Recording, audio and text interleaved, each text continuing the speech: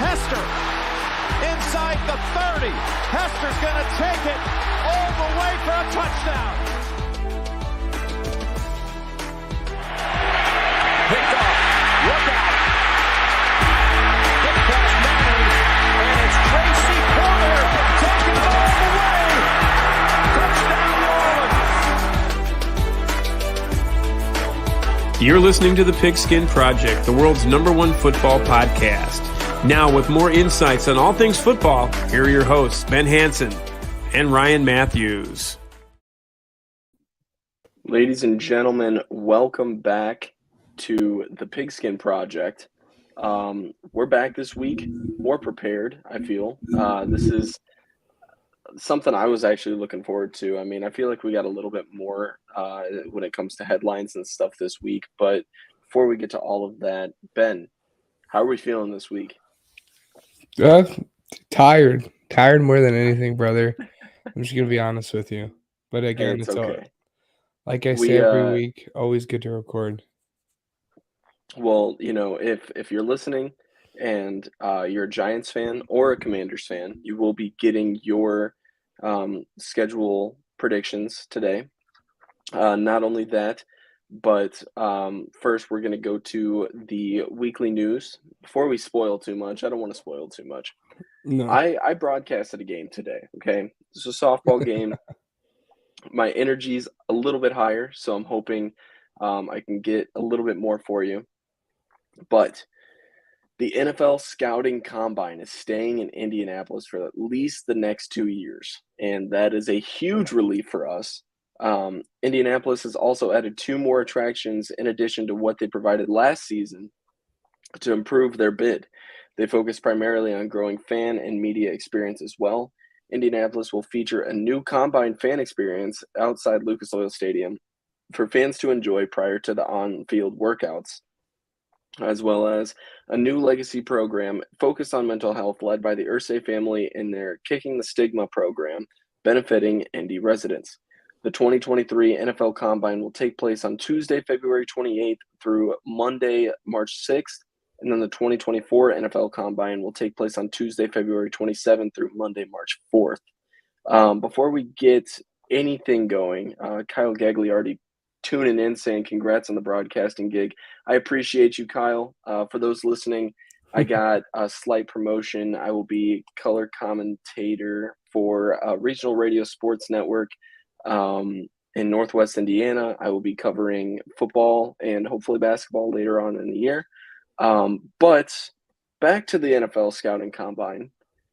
Ben, we were really looking forward to it. I mean, the news was a little nerve-wracking, but it was just all kinds of, oh my gosh, can they really move this to Los Angeles or Dallas? And, you know, would they do that? And that sucks because we really want to go to more. When you heard about the news, when I sent this to you or when you read it or whatever, what was your thought and how are you feeling? Let me tell you, Ryan, it really was. It was sweet relief is what that was. You know, I had such a fun time with those 4 days of the Combine. Like I said, I basically lived at Lucas Oil Stadium those 4 days. And I'm really happy that it's back. And it'll be fun to hopefully continue to go to this, you know, as schedules permit and everything. But I mean, it will be fun to be able to say that, you know, we were with it during the first time that they did it, and now it's still here. And again, my heart felt so much more full when I figured out, like you said, that they're bringing it back to Indy. I was very happy. Oh yeah, I know Matt's probably feeling some relief as well. You know, I think bringing him along was awesome as well, just because, I mean, you guys are draft geniuses. It also kind of gave me a little bit more insight, and I felt like I was able to provide a little bit more to the podcast, knowing that, hey, I actually saw these people and I know what I'm talking about. And I know, like, when it comes down to it, you know, what these players can provide. You know, you guys saw me going crazy about Justin Ross, okay? And you guys were like, what are you talking about? Obviously, there's some injury concern and stuff like that. But the thing is, I don't know if you saw it on Twitter or on Instagram or anything, but he made a crazy good catch and acted like it was nothing in Kansas City. As an undrafted free agent, you got to think like, man, that is a really, really good thing to have, right? Well, yeah, of course, but I mean, it's that first thing that you said there that's a concerning part about it is he's obviously a one heck of a player. I mean, during the national championship in his first season, we all assume like, oh wow, this guy's gonna be a first round pick. Right.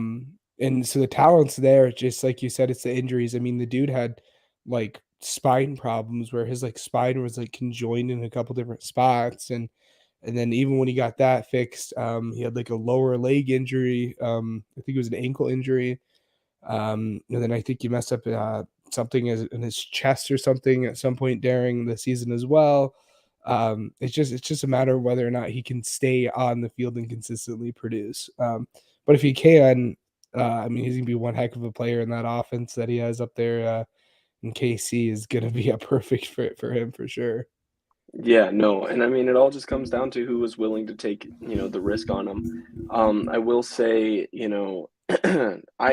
I think that he's going to be pretty good among the several other athletes that we were able to see in the NFL Combine. One of those athletes that I have high hopes for, not just because he's a Bear, but just because I think he impressed in the Combine was Velus Jones. Obviously, the biggest the biggest thing that people are worried about is his age. But I feel like people are so quick to count him out.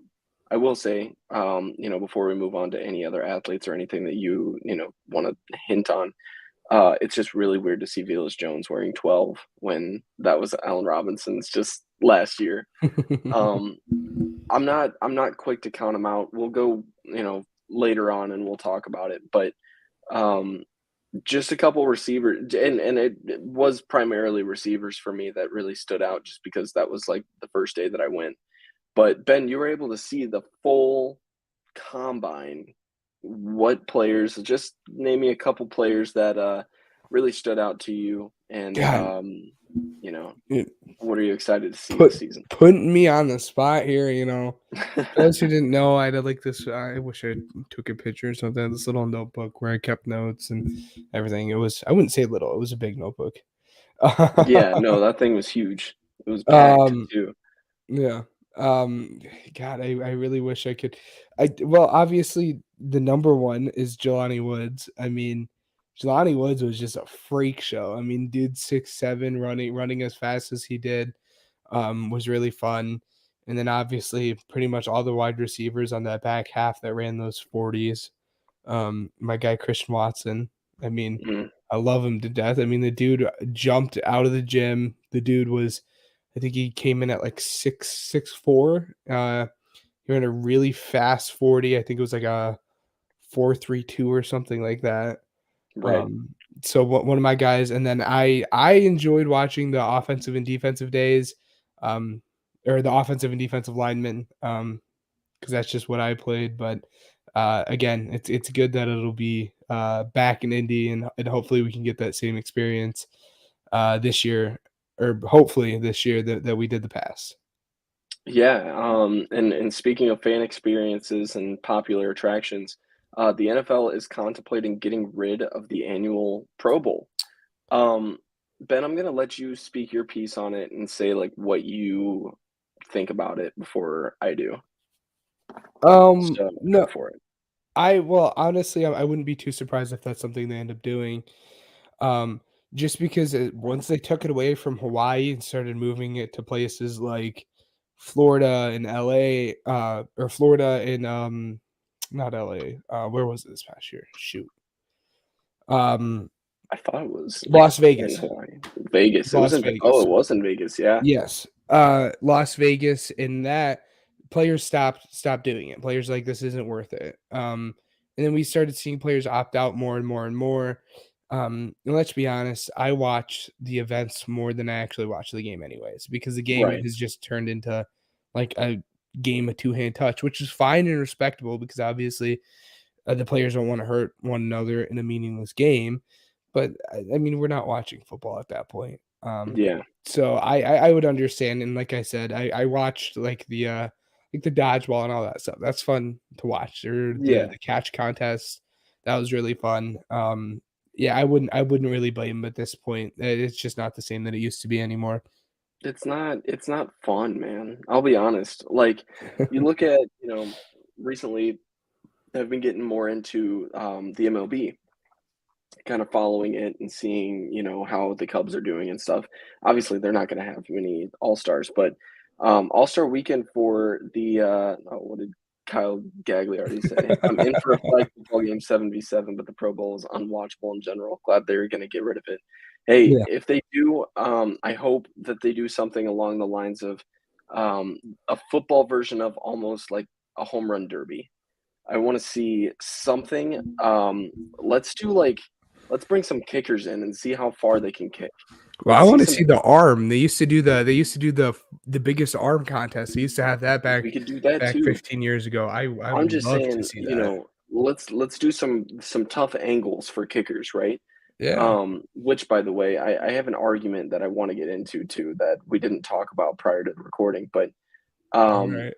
it's just dude, there's so many different things to where it's just like there's endless possibilities, and getting an appetizer for the Super Bowl in terms of a Pro Bowl is just not where it needs to be. No, it is not. And if you're gonna send some people out, I mean, let's go to Hawaii or something like that. Let them have fun, man. Yeah. They love the dodgeball. Everybody loves the dodgeball. The skills competition's fun as well. I mean, friendly banter and everything. They do it during practice sometimes. I mean, Jimmy Garoppolo and Trey Lance were doing it Yeah. just this past season as well. So I just think there's so many possibilities with it, and by all means, it's just not fun anymore, man. It's not. So I get it. I get it. Yep. Anyways, so Debo Samuel, Baker Mayfield, and Kyler Murray, there's something in common with them, and they're not participating in OTAs as expected. Debo just wants to see if his situation will pan out. Baker just wants out, and then Kyler, I think he just wants a new contract, right? Yeah. He just wants his money. So What's your thoughts on him? again, it's like you said.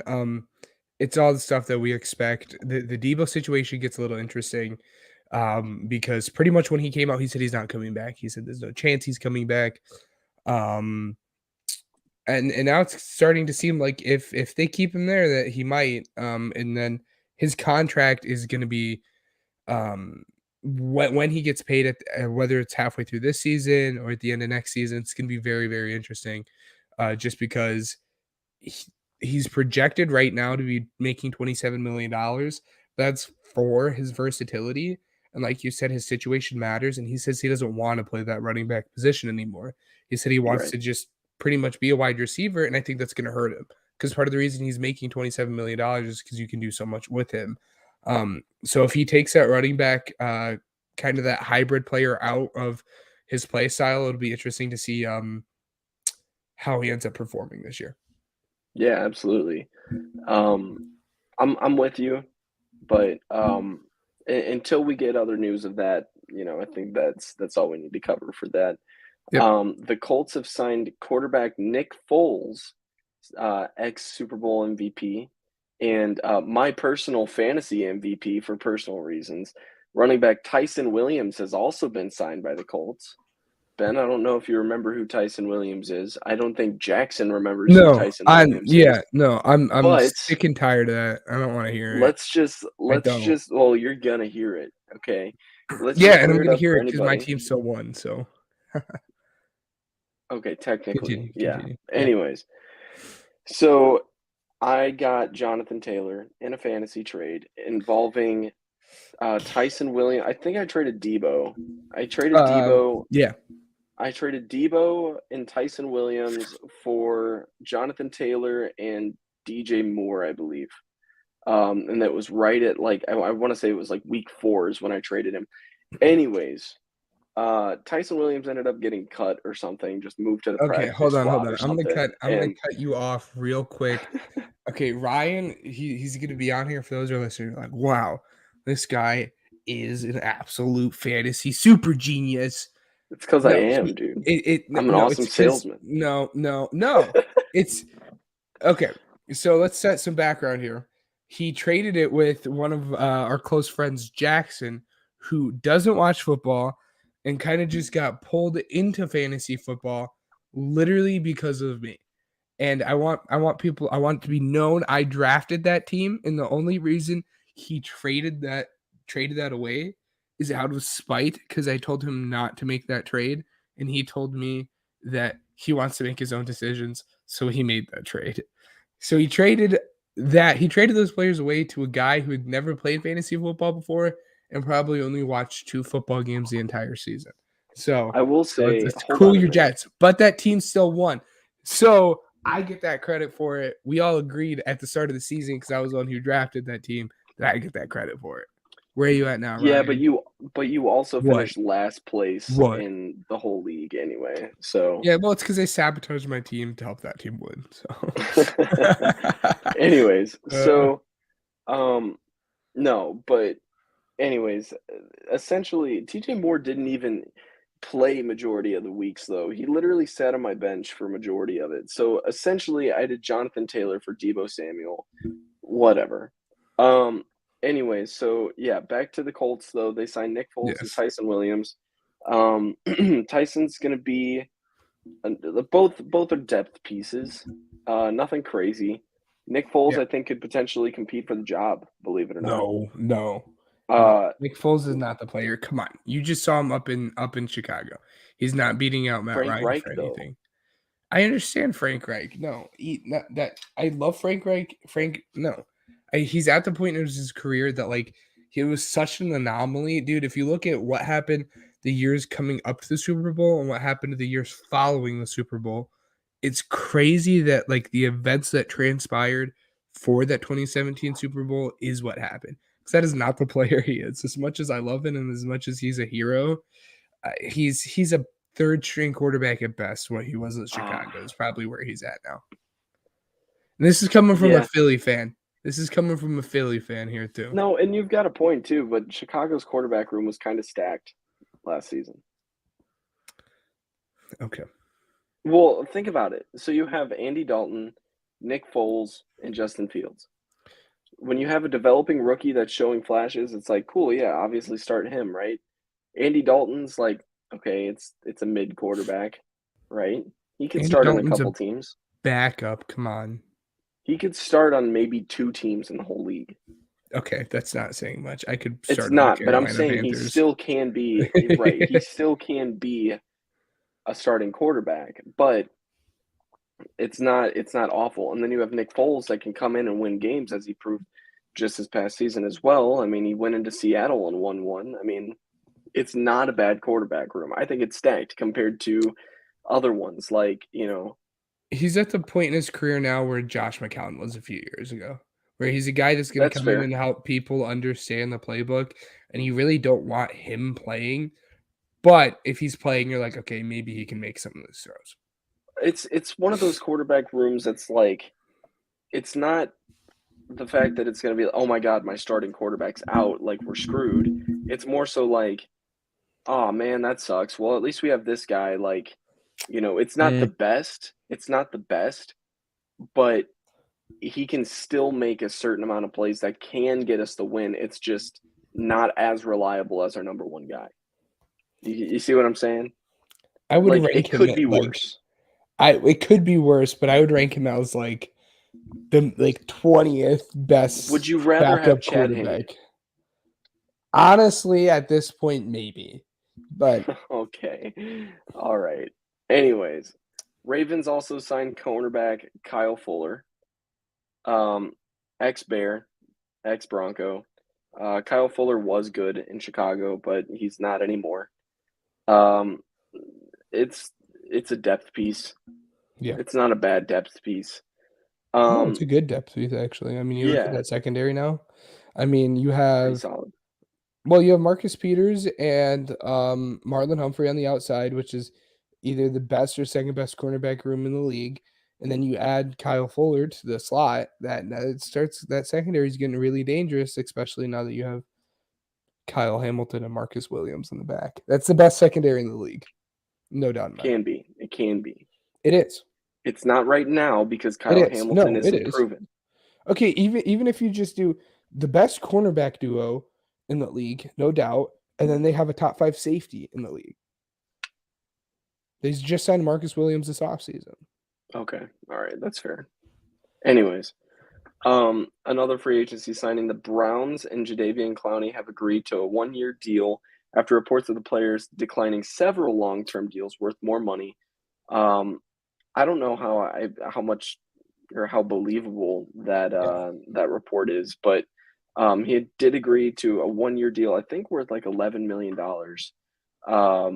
Not bad, but it's a solid spot. Yeah. I don't believe the reports of the other deals just because if he got long-term deals with the same amount of money that people were saying, he would have taken those deals. I mean, that's just simple. Like you take the place where you get the most job security. So, I don't know. The Commanders have spent $100 million on more land, and they're planning on it being a new sports complex / headquarters. Nothing crazy. I thought it was going to be a new stadium. They need a new stadium really bad. Anyways, it's not a signing, but the Raiders have worked out former 49ers quarterback Colin Kaepernick. From what I hear, the door's open.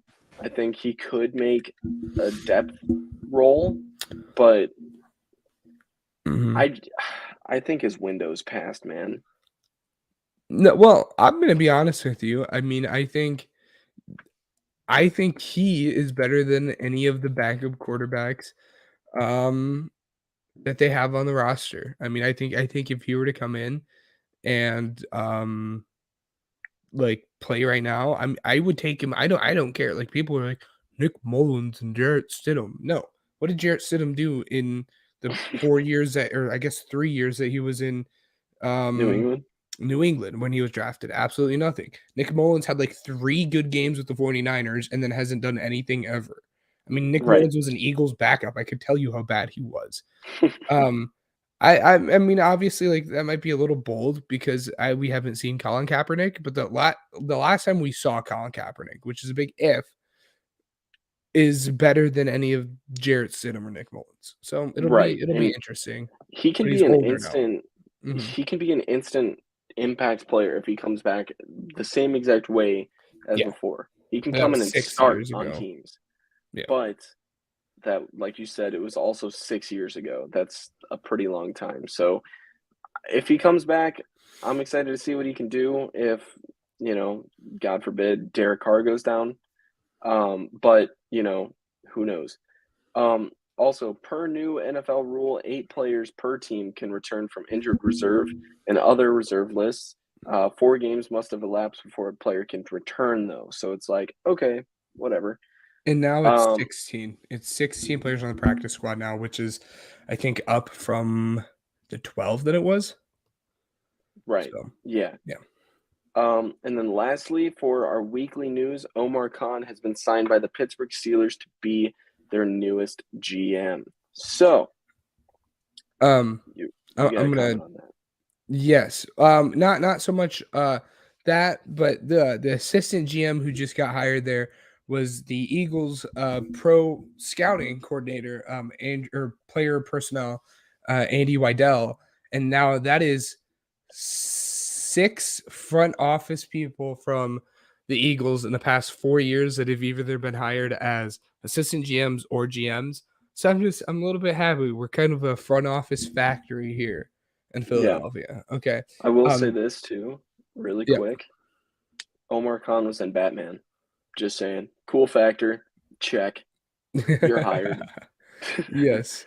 And just real quick, this isn't a basketball podcast, but just to let you know, Ryan, Warriors just won in Game 5 by 10 points. So Warriors versus Heat or Celtics. So. Probably Celtics. Anyway. Sorry. Next up, we are going to be arguing. You ready? Oh, I thought we were doing predictions. Nope. I Okay. want to argue. So, the topic of choice is Justin Tucker a Hall of Famer? Yes. No. Yes. No. Why? Okay, state your case first. Let's see how many kickers are on the Hall of Fame. Is Sebastian Janikowski in the Hall of Fame? Just You know? that's the first thing. That's my first reason why. It is so unlikely of a kicker to just go on and be a Hall of Famer. Well, I understand, but if there are kickers there are 4 kickers in the NFL. Justin Tucker is the best kicker to ever play the game. So if there are 4 kickers in the NFL that have made the Hall of Fame, then Justin Tucker, being the best kicker to ever play, should be on the Hall of Fame. And Justin Tucker, I think people forget like how many points like kickers make real quick. Let's look up how many points Justin Tucker's have in his career. So I'm gonna put my mic down so if it ruffles a little bit, just no, you're fine. bear with me here. Let me argue just slightly. My thing is, with the limited amount of kickers that we have in the Hall of Fame right now, like literally only 4 in the history of the league, the most impressive record that Justin Tucker holds is the longest field goal like ever, right? Yes. That's cool. And that's like, wow, that's huge. But at the same time, records were meant to be broken, my friend. And that record will one day be broken. And Justin Tucker's not going to hold that. And by the end of his career, it's going to be like, yeah, he held it one time, but he doesn't anymore. It's not like it can and will be very easily broken at some point in the future. But it's just like after that's gone, I don't think it's no, not even. It has. I don't think it even has to do with that. The dude is consistently, literally year in and year out for the past like 10 years or 15 years. I don't know how long he's played in the league. The last 10 years or whatever, he's been consistently the highest, or he's been consistently the best kicker in the NFL. He's the most accurate kicker in the history of the NFL while holding the longest field goal in the history of the NFL. And this dude has scored 1,360 points. You're telling me that this dude doesn't deserve to be in the Hall of Fame? If there are 4 other kickers, and I understand, I think the criteria for kickers needs to be high, but absolutely. how can you tell me that there are 4 kickers? And I think it would be a little bit of a different conversation if there aren't any kickers, but if there are 4 kickers in the Hall of Fame, then the best kicker to ever do it also needs to be in the Hall of Fame. I think the case that you need to be arguing more is whether or not kickers should or should not be in the Hall of Fame. But I mean, people forget like they're like special teams can win or lose you a game. The Chargers, I'm forgetting what year it was. I think it was 2013. The Chargers had the number 1 ranked offense and the number 1 ranked defense in the entire league. And they didn't make the playoffs. But had the 32nd worst special teams in the league and still didn't make the playoffs. That should tell you like how important special teams are. And when you're talking about special teams, kickers, obvious kicker or punter, I'm going to say kicker, is the most important position on that. I mean, to say that the best to ever do it at his position, I don't care if you're the best long snapper to ever do it. You should be in the Hall of Fame. The Hall of Fame is the best players in the sport, and this dude is the best player at his position. All I got to say, you don't have to tell me how important the kicker is. Because as a Bears fan, I know how important a kicker is. But I'm just saying, I will make the case that there should be more kickers in the Hall of Fame. But because there isn't, I don't think he goes. Well, if there were more kickers in the Hall of Fame and like you said, their criteria should be, hey, like, I don't know. If they put more kickers in the Hall of Fame, yes, he should be. But as of right now, the way that it stands, he will not be. And it sucks. It does. Does he deserve it? Absolutely. But is he going to be is a different question. Like, is he going to be? Probably not. But does he deserve it? Absolutely. That's the thing. Is Sebastian Janikowski which he is? I don't think so. I'm pretty sure Sebastian Janikowski is. I think he was submitted like 2 years ago. He's not. There's 4.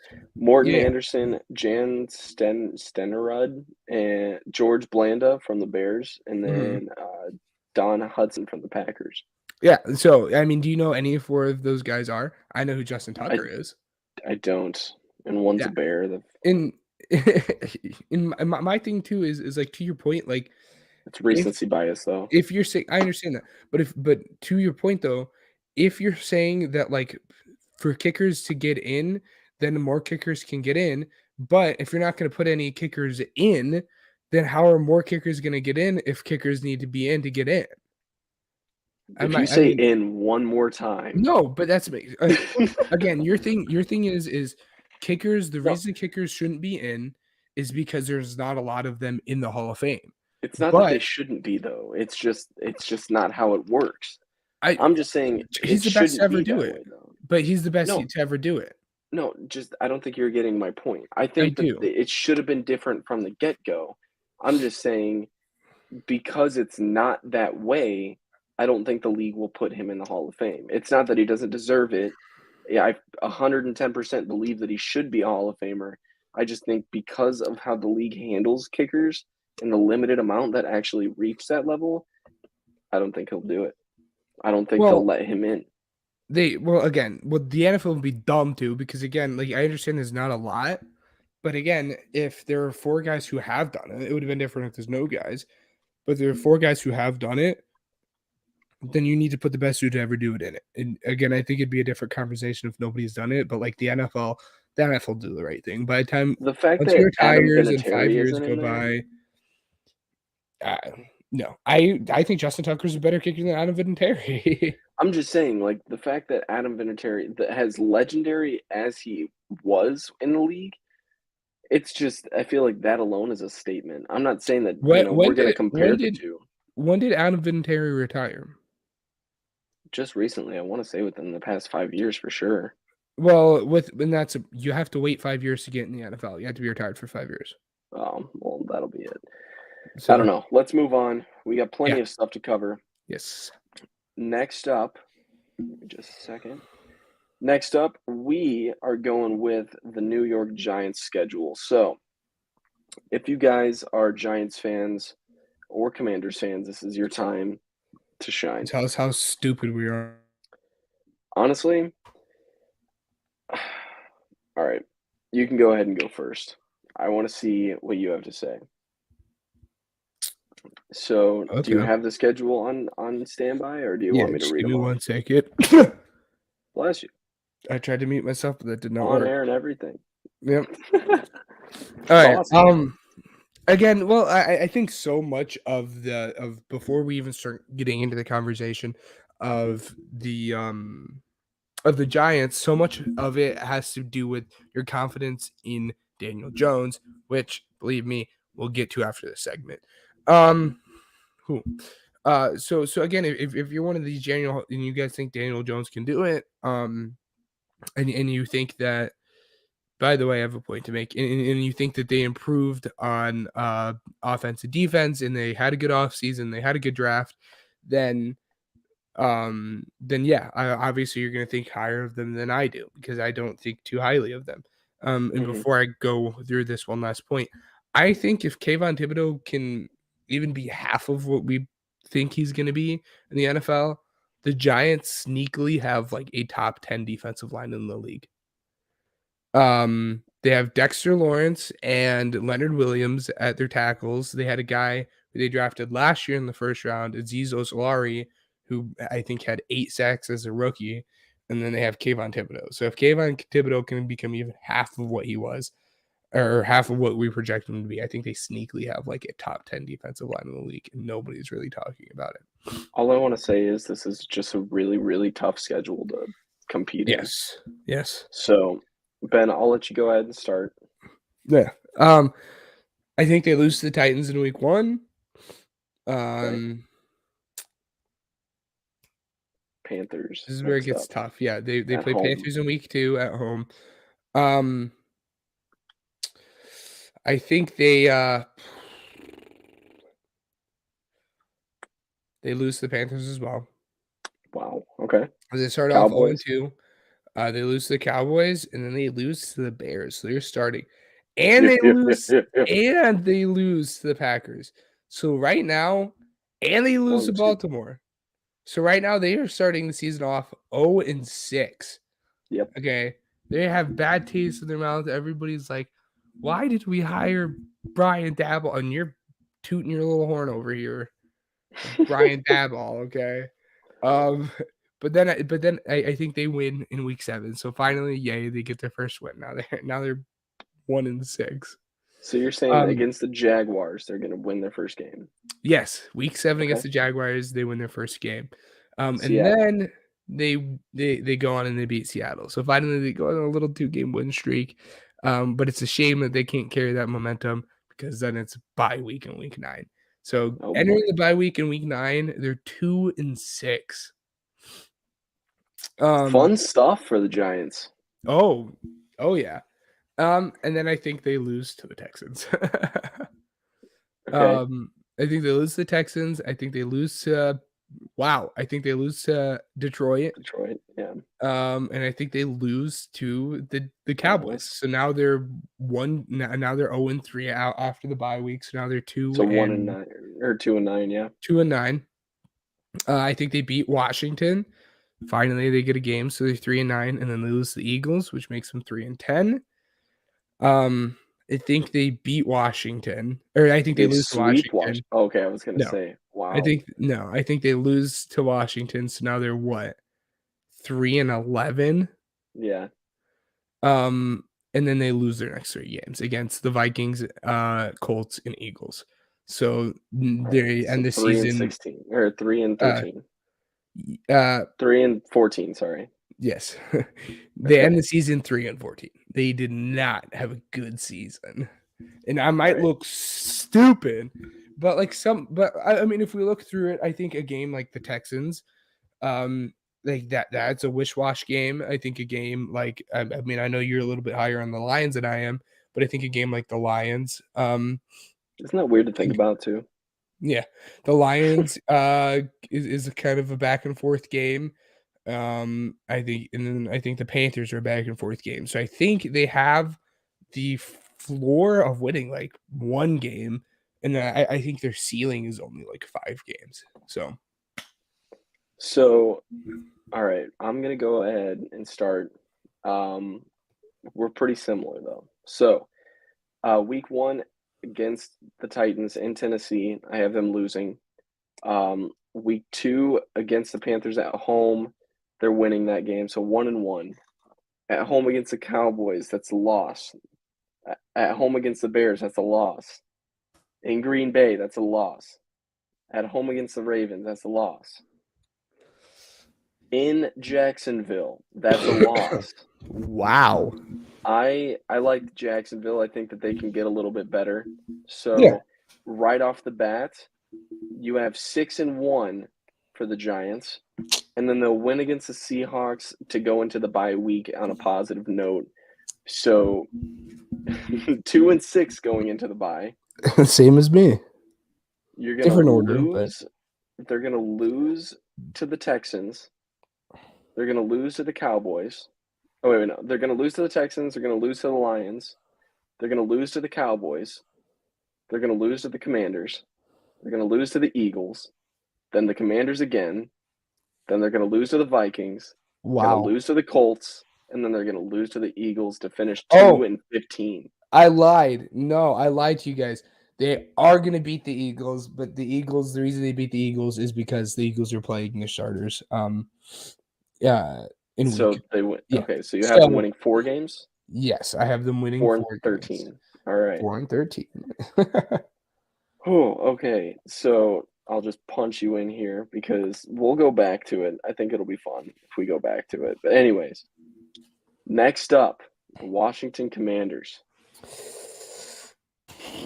Let me go ahead and change this. Go ahead.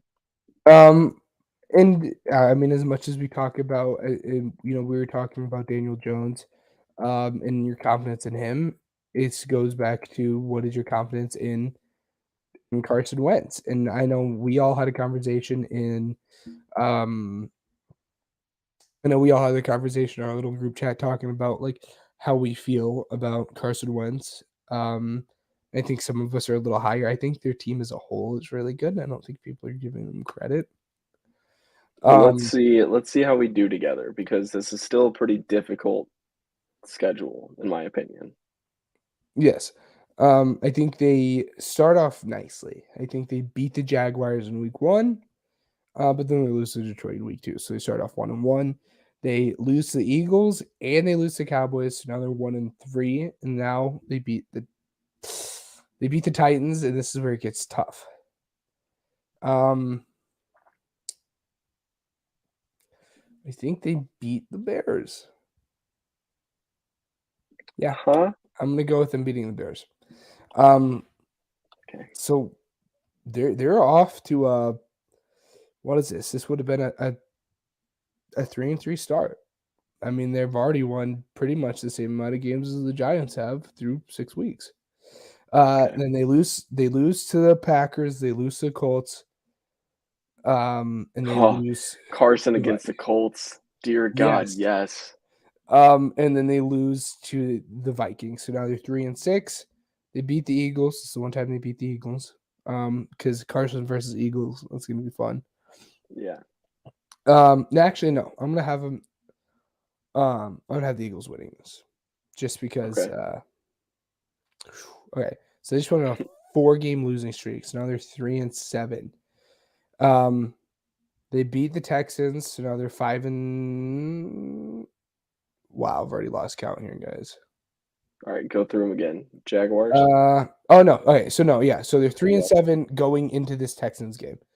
Now they're 4-7 because they beat the Texans and they beat the Falcons. So now they're 5-7. Yeah. I had Giants. the Commanders beating them here. Okay. So now they're 6-7 going into their bye week, which is a terrible bye week, by the way. Week 14. Yeah, it's awful. Tell me about it. Yes. Giants again. So they're 6-7 here, and then they lose the Giants. So now they're 6-8. Then let me just go past this. They lose out after their bye week. I think they lose the last 1, 2, 3, 4 games. So they end the season 6-11. So 2 more games, and I think they have a ceiling. Again, I think the division games get a little washy. I think we could see them beat the Colts because of the whole Carson thing and everything. I could see them losing to the Bears, so I think they have probably a floor of 4 wins and probably a ceiling of I don't feel confident, but probably a 7-win ceiling for that. But I don't think they'll even hit that. So for my predictions, I have them winning against Jacksonville at home, losing against Detroit in Detroit, losing against the Eagles, losing against the Cowboys. So they're starting the season 3-1. They'll win against the Titans, but lose against the Bears. They'll lose against the Packers. They'll win against the Colts. So what's that? 1, 2, 3, 4, 5. Okay, so 3-5. They'll lose against the Vikings and Eagles. So 3-7. And then they'll win out until their bye. So Texans, Falcons, Giants, win. So 1, 2, 3, 4, 5, 6. 6-7. 3, 4, 5. Yeah. It's the same I had going into the bye. Then they'll win against the Giants and then lose out. So pretty they will go 7-10. We switched a little bit, but the record's still pretty much the same, except I have them beating the Giants after the bye. But that's just a hard ending to the season. 49ers, Browns, Cowboys, especially because I think Deshaun Watson comes back by then for the Browns. So if he even gets suspended at all, too. Yeah. So that'll do it for our Pigskin Pick'em schedules, I should say. Yes. Just for this week. This is my favorite part coming up, babe. Oh no, it's not. This isn't my favorite part. It's my least favorite part. The team rankings? No, what we're about to talk about right now. What are you talking about? I was gonna have us do team rankings. Chris Sims. What? Well, we'll do team rankings after that. Chris Sims, you got the report? You know what? I totally forgot about the team rankings here. I have. I'm gonna be honest with you. Okay. It's all right. We'll do Chris Sims first. So, Okay. Yeah, I have it here according too. to JPA, Chris Sims has quarterbacks Daniel Jones, Justin Fields, Trevor Lawrence, and Zach Wilson ranked higher than Jalen Hurts. So what I'd like to do is re-rank these quarterbacks in order from best to worst. Yes. Real quick, this is what I have to say. For those who don't know what goes on, Chris Sims, I think, is a top 40. He does every year. He puts out a top 40 list of each week he comes out with 5. He comes out with 5 new ones. And he ranks the top 40 quarterbacks going into the season. Yeah. And he doesn't like Jalen Hurts at all. He had Jalen Hurts off of his top 40 list. He didn't think Jalen Hurts was a top 40 quarterback going into last year, which is asinine. Dude made the Pro Bowl last year. So, anyways, I can go first. You can go first. It's totally up to you. I know I'm gonna have more controversy, but yes. So we're gonna have you go first. Okay, and I want to clear this real quick. Is this going? Is this? This is standing put right now after the season. So this is after the season, not what we're predicting for next season. Not projections or anything. This is after this past season. After this past season, because they're 2 different lists. They are 2 different lists. Okay. After this past season, you'd be stupid to not say it's Jalen Hurts. I mean, Jalen Hurts just played the most, and I'll make a second list to go with the projections too. Yes, but as for the first list, rankings just after not what we project them to do. Wow, I just got a bad whistle into my ear. Not what we projecting them to do. This is what they are after this past season. Jalen Hurts number 1, very clearly. Wait, hold on a minute before you go anymore. For projections, are we talking about specifically just future in general, or are we talking about next season? We'll just go with next season. Next season, okay. All right. Yeah, we'll just go with next season. Okay. I think it's Jalen Hurts, number 1, and then just based off the season, I'm putting Daniel Jones second. That's just what it is. And then this is where the conversation starts getting a little more interesting. I think it is Justin Fields, Zach Wilson, Trevor Lawrence, Zach Wilson. Okay. So, those last 2, I'm going to be honest, deciding between Trevor Lawrence and Zach Wilson were tough. I think the number 3 are, I think Jalen Hurts, Daniel Jones, and Justin Fields are firmly 1, 2, and 3. And then I think I can make an argument for either of them being 4 and 5. Okay. I'll go to mine and then we can argue. Number 1 clearly Hurts. Yes. This is just for this past season. Hurts at 1, Fields at 2, Lawrence at 3, Daniel Jones at 4, Zach Wilson at 5. Let me explain. So Jalen Hurts, he fits into the category of he needs to learn and be disciplined. But yeah, that's with literally every quarterback in this list. Fields showed plenty of flashes to be on my list and this high for this one. Mm-hmm.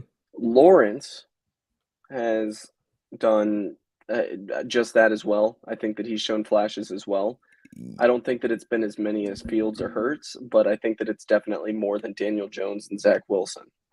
As far as Daniel Jones goes, he has not played a full season, for the entirety of his career so far. Literally never, yeah. He was injured just this past season, so that hurt his rankings as well. He had a breakaway touchdown that he just totally stumbled and dropped. Yeah. So it's like, dude, that is the epitome of who you are. You are not good, whatever. Zach Wilson was just put in a crappy situation. He showed little flashes, and I just haven't seen a lot from him, unfortunately, because I was super high on him before. I think that he can do way better before. Or, I mean, way better afterwards. But after that, we can talk. My problem with your ranking is you continuously said the word flashes. Yeah, they showed flashes, but we were going off of their whole season. Flashes, I think, is an awesome conversation and an awesome word that we can use for predicting their potential. Right. But we didn't. We predict. My- It was my Trevor Lawrence threw 17 interceptions this season. That's one a game. I can't have Right. like Let me just reiterate. This is also based off of who I think can win you a game more. And in the NFL, Trevor Lawrence, despite the mistakes and everything, you also have to factor in the coaching stuff and everything that was going on in the background. That's a lot for a rookie to take in. On top of that, the way that he finished the season as well, great job. And I think that that's phenomenal. When you look at Justin Fields, there's one job or one game alone that I like to think about, and it's Pittsburgh. That game, Chicago should have won by a mile. And I think that game was more than enough to put Fields up there. But if you want more examples, I can totally provide them. I'm a Bears fan. I'm optimistic, but at the same time, the dude's the real deal in Chicago, and he'll be long-term as well. I think that he's better than Lawrence, Jones, and Wilson, but he's not quite at Hurts' level just yet. When it comes to Daniel Jones, like I said, he's injury-prone and he's a turd. And then when it comes to Zach Wilson, I'm sorry, dude. You're a Jet, and it's just not a good situation right now. And until you prove me otherwise, I'm going to have you low on either one of these lists. Well, again, that's still the problem. You did who would win me a game, or who I feel that's all potential based argument. It's how they performed and how they performed this year. Trevor Lawrence has the most potential. Like, ask me, we'll see how this list goes. I get what you're saying. But he did not perform well this year. He just didn't. I mean, throwing 17 interceptions in a season that's not performing well. Well, here's the thing. Okay. He threw more touchdowns, or he threw more interceptions than he did touchdowns. That's not a good season. How did Zach Wilson do? He got sacked. I'm not arguing. Zach Wilson was also not. That's my thing. We can sit here and argue about Trevor Lawrence right now, but the thing is like Daniel Jones did not have an impressive year. Zach Wilson literally got sat halfway through it. So we can sit here and agree that the top three, no matter what order you put it in, obviously Hurts is going to be number one, but Fields and Lawrence are interchangeable in my opinion. It just depends on what you think about them. That's why I have Fields at 2, Lawrence at 3. I think it just makes sense. But let's move on to potential as least for next year, because I think this is more of a fun conversation to have. Actually, yeah, no, I'm gonna absolutely lie to you. My list is going to be their careers as a whole. Their careers as well? Yeah, just their careers. I want to do just this next year though, just because careers we can debate a wall, and I just don't want to do that. That's so much to plan out. Well, next year is hard because I think if we're talking about a quarterback situation, you look at a career as a whole versus everything else. So you can do next year. I'm doing as a whole. You can do you though. I think it's Trevor Lawrence. Yeah. Okay. I was gonna say let me do next year's first before you go as a whole. Okay. So Jalen Hurts at 1, Trevor Lawrence at 2, Justin Fields at 3, Zach Wilson at 4, Daniel Jones at 5. Yes. I think that that's very fairly put for next year specifically.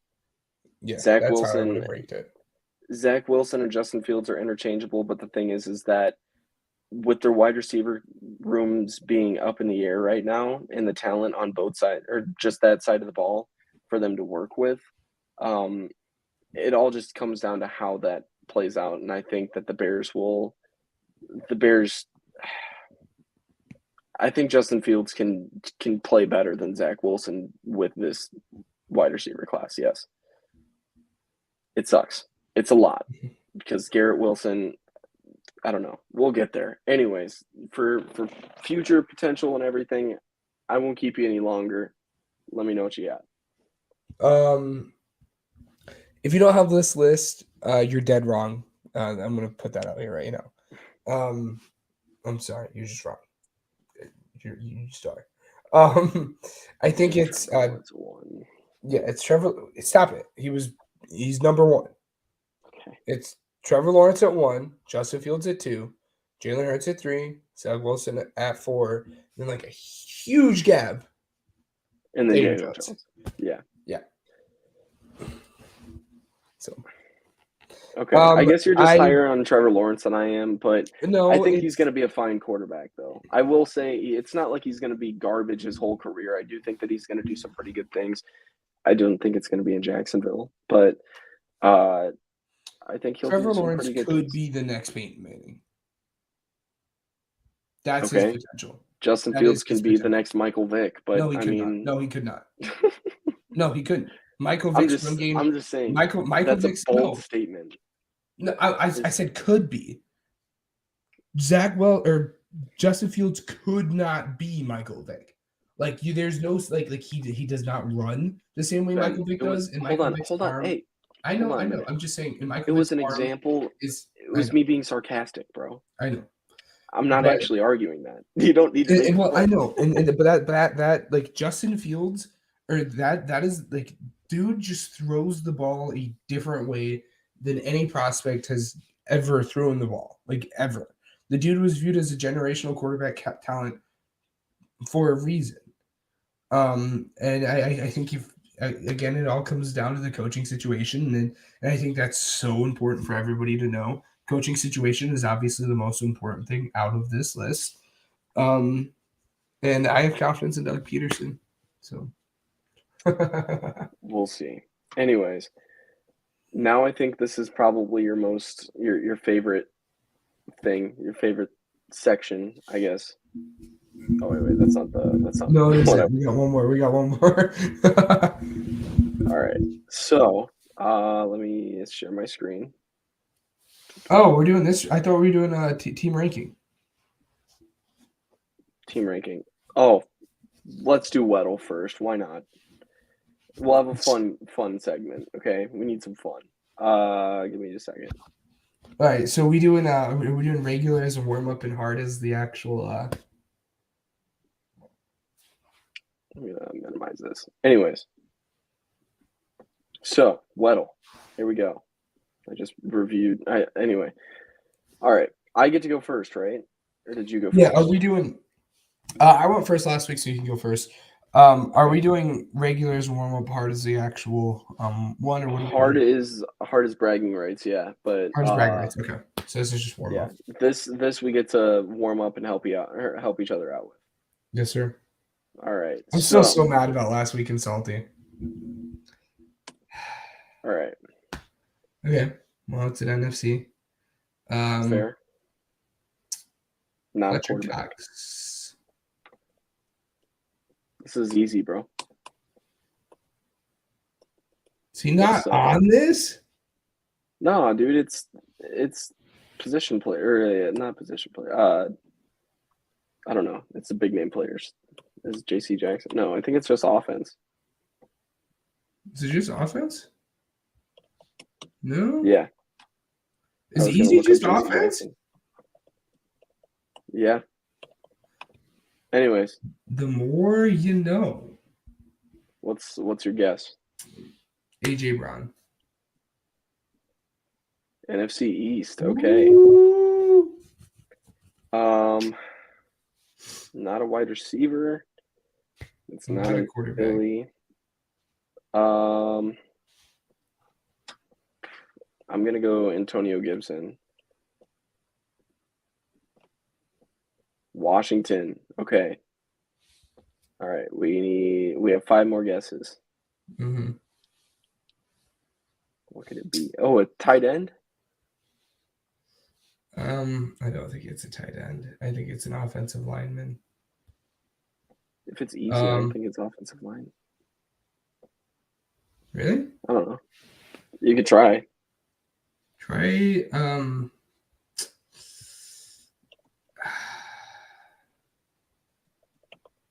Yeah, no, there's no offensive lineman if Charles Leno Jr. isn't in there. What? Yeah. Yeah. Oh my God. Here, just type in Brandon Sheriff. Just type in Brandon and see if Brandon Sheriff comes up. You're absolutely kidding me right now. What is this? This is a sham. Hey, type in Thomas. Jordan? Which Thomas would this have been? No, Logan Thomas. Nice. Dude, nice. Okay. Time for bragging rights, baby. So you guys. God, I'm so good at this game. What can I say? All right. And by the way, if you guys didn't listen last week, I'm extremely salty. Because we agreed that we weren't going to help each other out last week. And Ryan was going to put somebody else in, but then I screamed out at the answer, so he put him in. So technically, Ryan won on his turn, but we agreed that nobody won. Yeah, this week is for real bragging rights. So anyway, you can go first. Okay. Well, Jalen Hurts. Yeah. 23. Nothing. Okay. All right. Well, Okay, it's it's an not AFC team. Yeah. It's not a quarterback. I don't even think it's offense. Then I'm gonna go. No, it can be an offensive lineman, but I don't know. There we go. There's some info. Yeah. Well, it's a linebacker. That sucks. I guess Khalil Mack for those that aren't watching.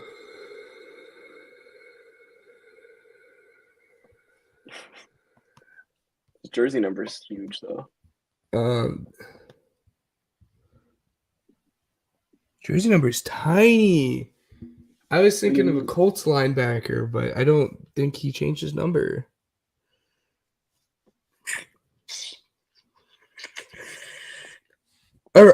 No. I was looking at the age for jersey number. I'm like, I was gonna say, yeah. Gosh dang it! Do you know? I'm not helping you, buddy. This is for bragging, right? I understand that.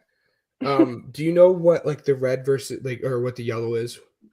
Yeah, yellow's like you're relatively close to it. So like yeah, but do you know what is it 5 or 3 or? Oh, I don't know the range. No. All right, I don't think this is it, but just Darius Leonard.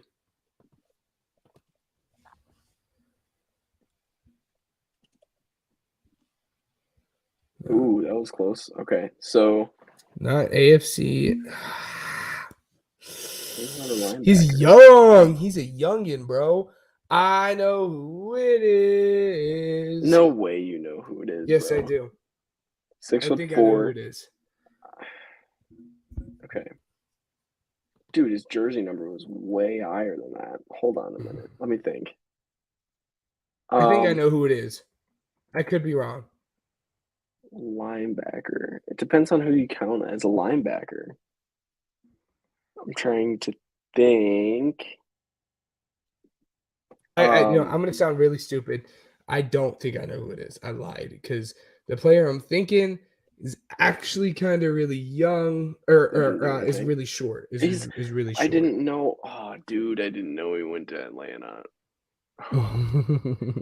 I guess Nick Kwiatkowski for those not watching. I'll tell you who. Here, let's make sure the height thing is right. All right, I'll tell you for a second that I did think that it was Patrick Queen, but Patrick Queen is a short stack.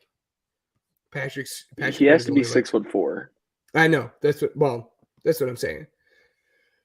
6'4", and he has to be 24, and he's young. And he's young. JOK is tiny.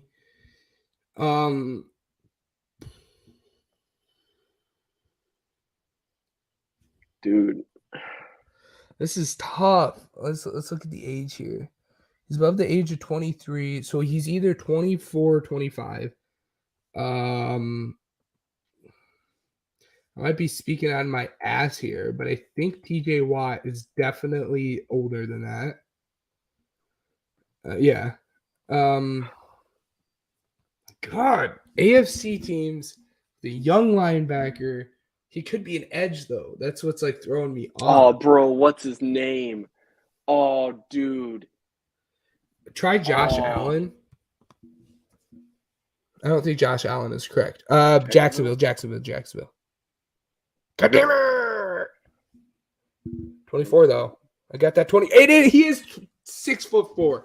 Gosh, love it, bro. What's his name? I'm really about to scroll through. It's not AFC South. So it's AFC West. No, well, it's not. Well, we don't know that. It's not AFC South.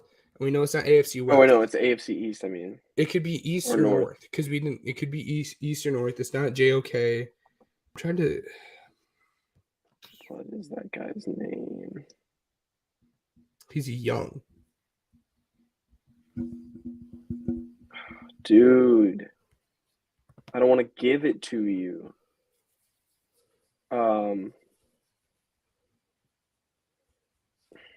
Bro, I know it. I've just got to think. It's not JOK. If you're thinking of Dormammu and Musu, that's not it. No, I'm not.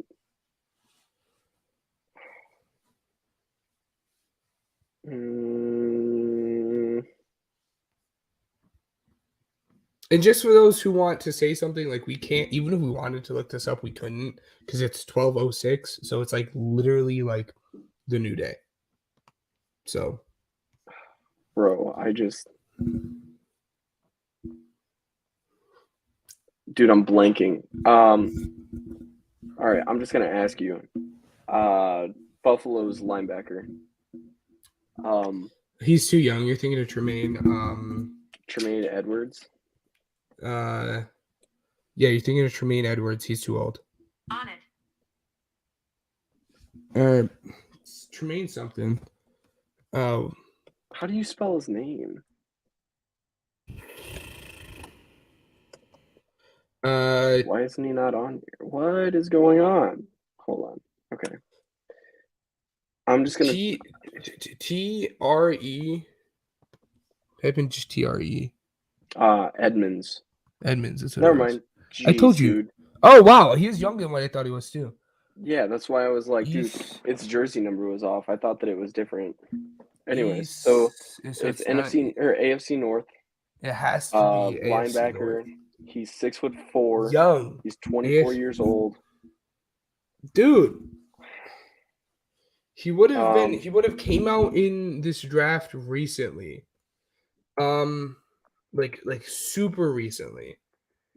I'm gonna like cry myself to sleep because I'm not gonna get this.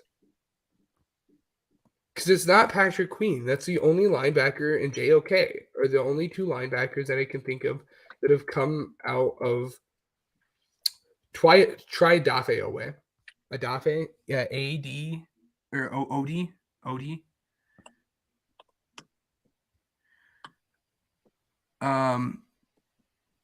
AFC linebacker. Dude, it's not a Raven. So we know he's not a. It's not JOK. It's not. JOK is too short. Yeah, that was his problem, and that was his problem. And he's too young too. So 1, 2, 3, 4, 5, 6, 7. I have. So we have one guess each. I think I know who it is. Then I think I know who it is. No, I don't know. Then say it. No, I was gonna say. Oh no, you did JOK. Yeah. I told you JOK was too short. I did it after you said that. The player's 24. The guy, I think this isn't who it is. I was thinking Jermaine Pratt, but Jermaine Pratt I think is too old. So what happens if we don't get it? Because if you don't get it on this next guess, then you're done. Yeah, and then we're just both losers. Okay. All right. Well, it's not Cleveland and it's not Baltimore. So that means it has to be Steelers. Or not Buffalo. It's Steelers or ooh.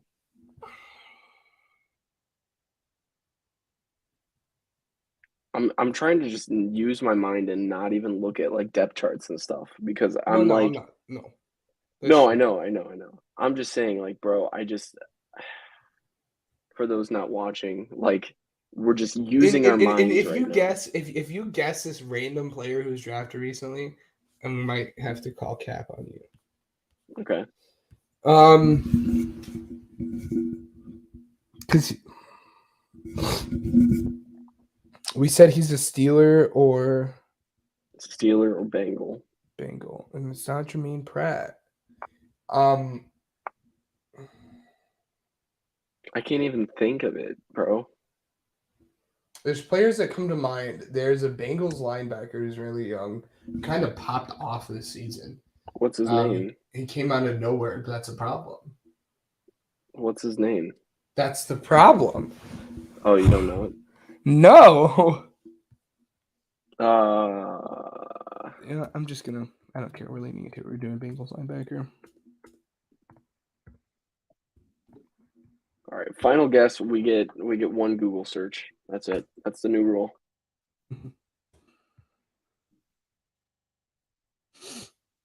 We're looking at. Okay, but see, this is the problem. Because now if I now you know what team it's gonna be on, and now you can just look at the gosh dang it. I don't like Wait. Okay, no, you're right. Okay. Well, thank you for not maybe if I finish and I put linebacker at the end of that. Jermaine Pratt. I feel like this guy is too old. I feel like he's too old. I don't know. There's no way it's him. All right. I think he's... No, I'm not picking him. All right. We used my one search for the Bengals. I'm not going to do a Bengals linebacker. It's going to be a Steelers linebacker. I'm going to shit the bed. I can't even think of a Steelers linebacker outside of TJ Watt. All right, this isn't it. This is just to move it along. I know this isn't it. This guy's too old, but type in Logan Wilson.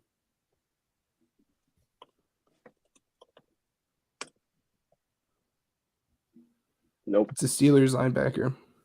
I told you. I knew it wasn't Logan Wilson, but I didn't want to keep you forever. And bragging rights, baby.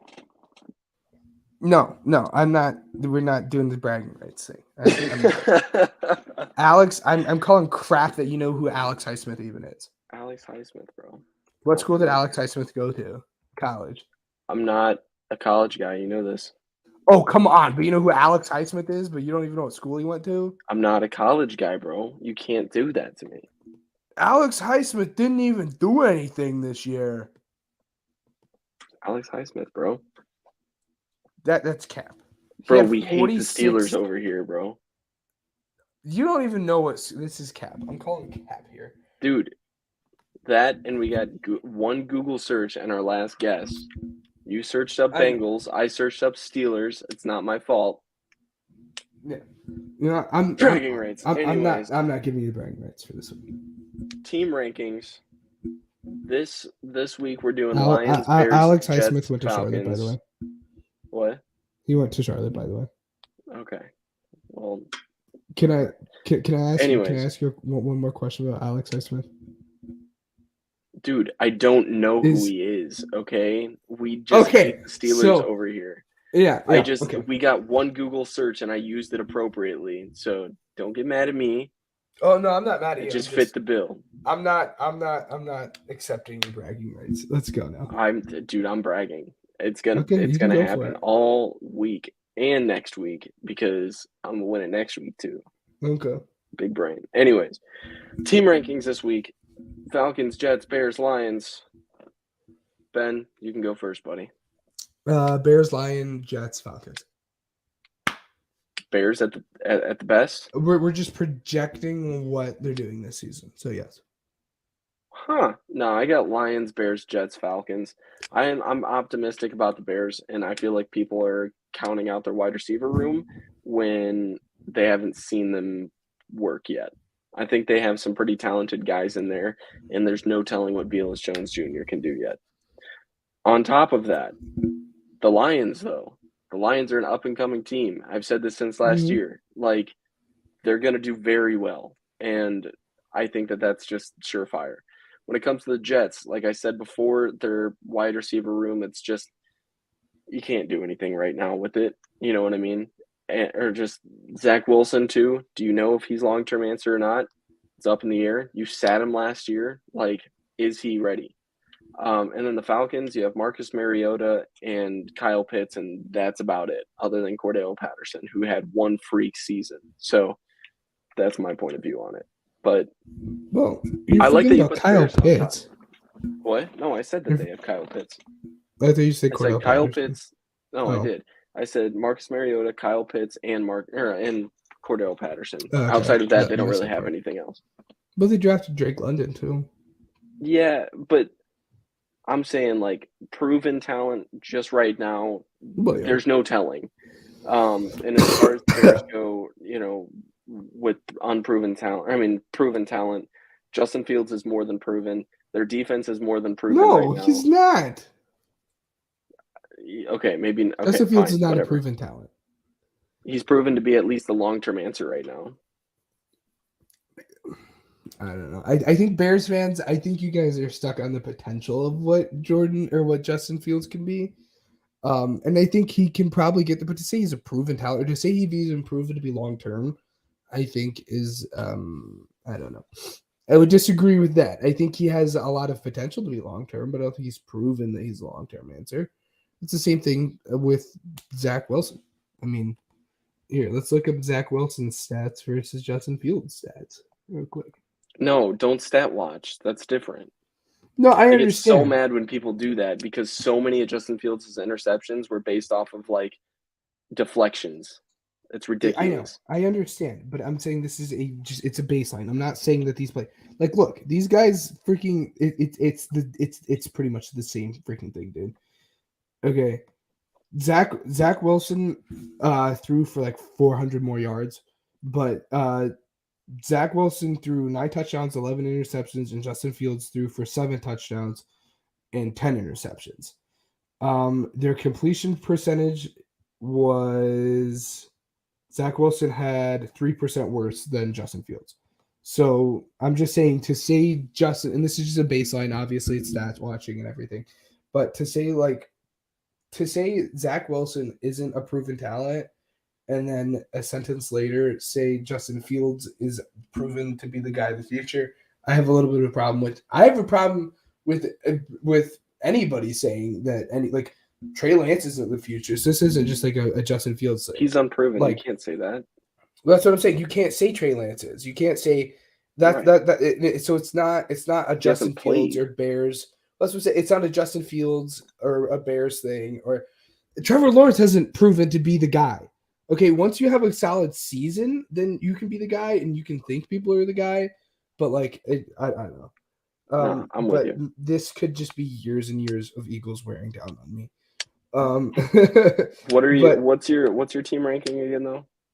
It is the Bears, the Lions, Jets, and Falcons. I just want to say I was very tempted to put the Jets way higher than what people the Jets should be if the Jets don't win a minimum of 6 games this year, it's a complete and utter disappointment, and their head coach needs to be fired. Because now he has talent, and now he has players, and now he has what? The whole AFC is just tough. Their season's tough. I understand that, but that means Zach Wilson didn't take a step forward, and that means that defense didn't do good because now he's surrounded with talent. Now he has guys. He has Corey Davis, which I've been a little bit lower on. He has Elijah Mitchell, who did really well last year. They drafted. Your hope is just that he takes strides this season. Yeah, but that's what I'm saying. If you're not winning 6 games this year, then he didn't take that proper step because now he has talent. Now he's not using it. So I think the Jets. I think the Jets could do a little bit better than what people are saying. But I just think the Bears have a really easy schedule. And I'm more as much as I just had a whole conversation with not talking about guys being the future. I would be more willing to bet Justin Fields takes that jump than he doesn't. And you're making that giddy right now. I'm just letting you know. I'm willing to bet Justin Fields makes that jump I'm more willing to bet he makes a jump than he doesn't. That being said, I would much rather, through the course of the season, entrust Justin Fields than I would The rest of the quarterbacks. Jared Goff. More specifically, that's why I have them above the Lions. It's because I think Justin Fields is going to have a better season than Jared Goff does, and that translates into wins. Can I ask you really quick, just to give us a preview, like, what do you think Justin Fields' ending stat line for next year? What do you think he's going to have? Touchdowns, interceptions, yardage. Just those three things. I just want to check. Because if you want, I'll give you my estimate too. Okay, I think he is probably going to have like 3,000 yards. I think he's probably going to have, and this is just passing. I think he's probably going to have like 3,000 yards. I would guess 3,000 yards, 15 passing touchdowns, like 9 interceptions, and then like 800 rushing yards, and probably another 7 rushing touchdowns. So all in all, his combined yardage is going to be right around that 4,000 mark. And he's going to have around 22 to 23 combined touchdowns and combined yardage. And then I would say probably 9 to 10 interceptions would be my guess. All right, we're in the same realm. What I have is almost 4,000 yards.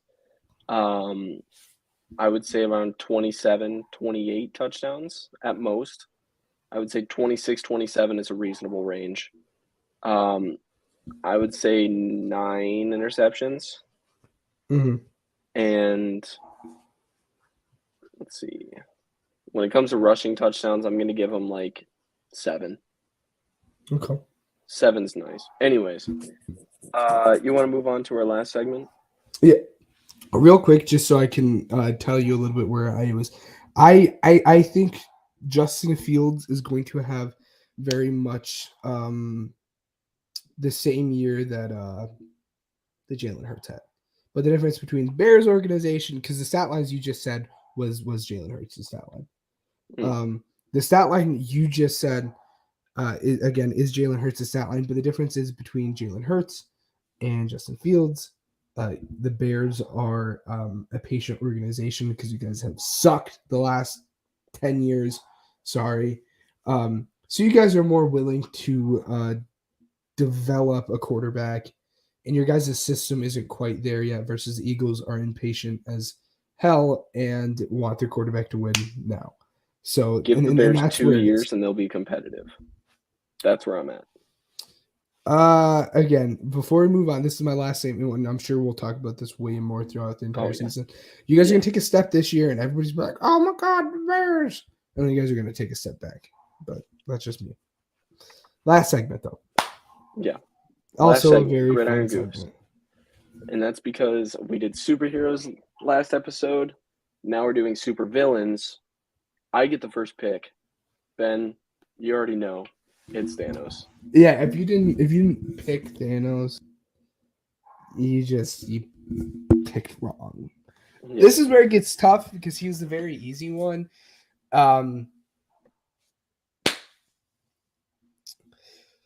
Okay, I want to throw this out here. Don't list any other option. Just give me your pick. No, because the second you list other options, I'm gonna take them. You're not gonna take this other option. So, but for you, we'll talk about it when we get to my 5th pick. This is where it gets tough because it's him and then clearly everybody else.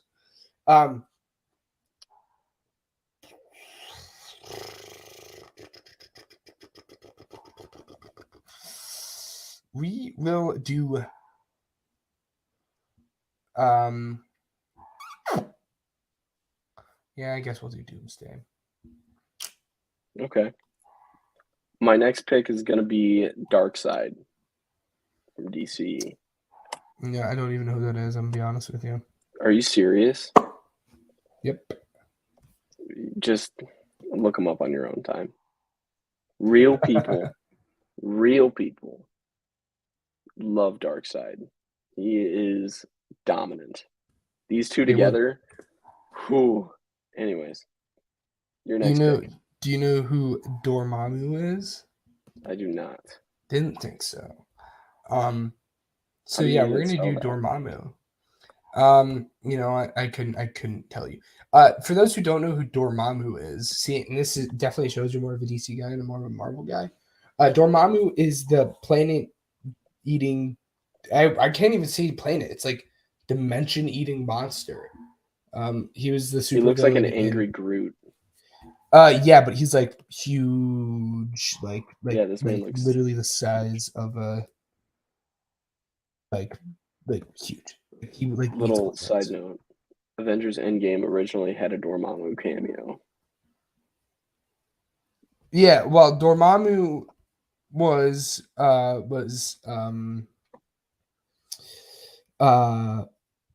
Doctor Strange. But like Dormammu is Gotcha. like this huge thing who like literally eats like universes and galaxies. So that's why we did Dormammu. But Okay. Next up, I'm gonna go with Loki. you turd. No, yeah, you're a turd. Okay, well then we'll go with Ultron. I love Ultron. He's my favorite supervillain. Ultron? He's so funny. Okay. I was gonna say I didn't really know what I thought about Ultron. He was originally on my draft board, but then I took him off because I was just like, like Dude, probably he one of almost my last destroyed picks. he almost destroyed the world. So Right. One of my last picks is gonna be more bias, but Mhm. I'm gonna go Doctor Doom for my I had fourth him on my guy. list, yes. Um yeah, My well list for me, might this looks insane. I'm just saying the way that my chips have fallen or my cards have, or whatever, it looks Mhm. good. Yeah, I think anybody who got Thanos was gonna win this. I'm just to be honest. Yeah, no, I disagree. I think Thanos actually might be one of the most overrated supervillains. No, that's not true.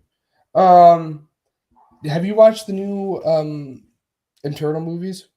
Or the new Eternal movies or Eternal? I have not, and there's a reason behind that. I heard that they sucked, but Yeah, they were not good, but they have a huge like villain who is going black to like destroying planets. I'm gonna not pronounce his name right. can we do longer team? Do you think you can go past 5? It would really be pushing it. Let's go 6. Okay. I have We're 2 gonna that I do yeah, go for it. yeah. I'm gonna pronounce his name wrong, but it's gonna be Ermsh Ermsheim the Judge. He's a villain in the Eternals movie, but again, he's just this big galactic guy who just like destroys planets and stuff. So we're really just sticking with the planet destroyers here. Okay. So, okay. For this next pick, it's more so um it's more so personal bias. But I think one of my favorite dude. No, I'm not gonna go with that one yet. I'm gonna go with Venom. Venom was I like cool. Venom. I like Venom. Venom's cool, but he's not my favorite. So that's my 5th guy, but we still got one more spot on my team. So I want to go 6 just because I have personal bias towards my last one. And if you take him, then I'm gonna be really sad and whatever. Yes. I don't think you will though, just because you're going absolute dominant, like earth-eating mutants. I don't know. Yes. Shoot. Actually, hold on. My dogs are going crazy. I don't know if you can hear that in the background. Oh Just no, you're give fine. me just 1 second, guys. I'm sorry. So while he's gone, I'm gonna go ahead and kind of recap what we have. So right now I have Thanos, Darkseid, Loki, Doctor Doom, and Venom. And he has Doomsday, Dormammu, Ultron, Ernshine. I don't even know how to spell it or say it. I don't think he knew how to spell it or say it. So that's just how this is gone.